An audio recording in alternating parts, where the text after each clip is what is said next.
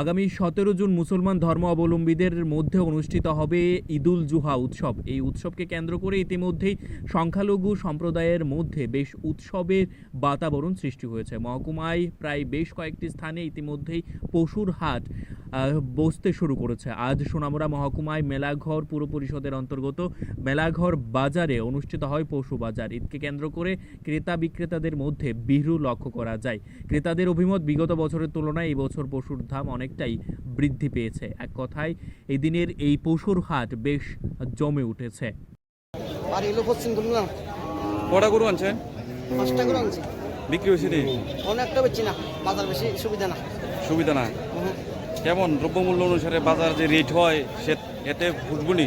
এবার প্রত্যেক ব্যাপারই মনে করেন লাভ করতে না। হ্যাঁ, বেশি লাভ করতে না, আর বেশি লস হইতো না, মিডিয়ামে থাকবো। আপনার 5টা গরু কত কেমন খরচ হয়েছে?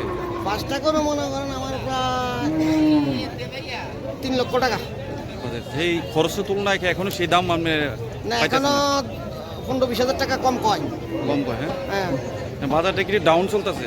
বাজারটা মিডিয়াম এখন বুঝুন যাবো 1:30-2টার দিকে বুঝুন যাবো, 1:00-1:30 দিকে বুঝুন যাবো মোটামুটি কি অবস্থা আছে। মানে ক্রেতা দ্বারা উৎসব করা ভিড় কি এই বাজারে এখন পর্যন্ত লক্ষ্য করা যাইতেছে? এখন পর্যন্ত মোটামুটি দেখা যাচ্ছে ভালো, শেষ পর্যন্ত কিতা বোঝা যায় এটা করতাম পারি না।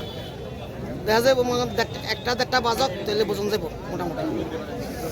এই গরু বাজার আছেন, গরু ক্রয় হয়েছে? না, হয়েছে না। কেমন দাম কেমন? দাম তো একটু বেশি লাগে। গতবার তুলনায় কি দাম এবার বেশি হচ্ছে? এখন পর্যন্ত গরু ক্রয় করেছেন নি? এখন তো দেখতেছি, অনেক কিনছি না।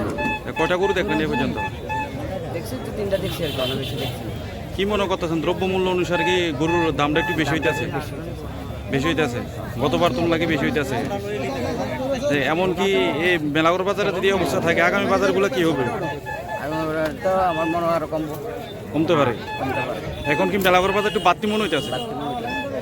পরের বাজারগুলো কি কমার সম্ভাবনা আছে?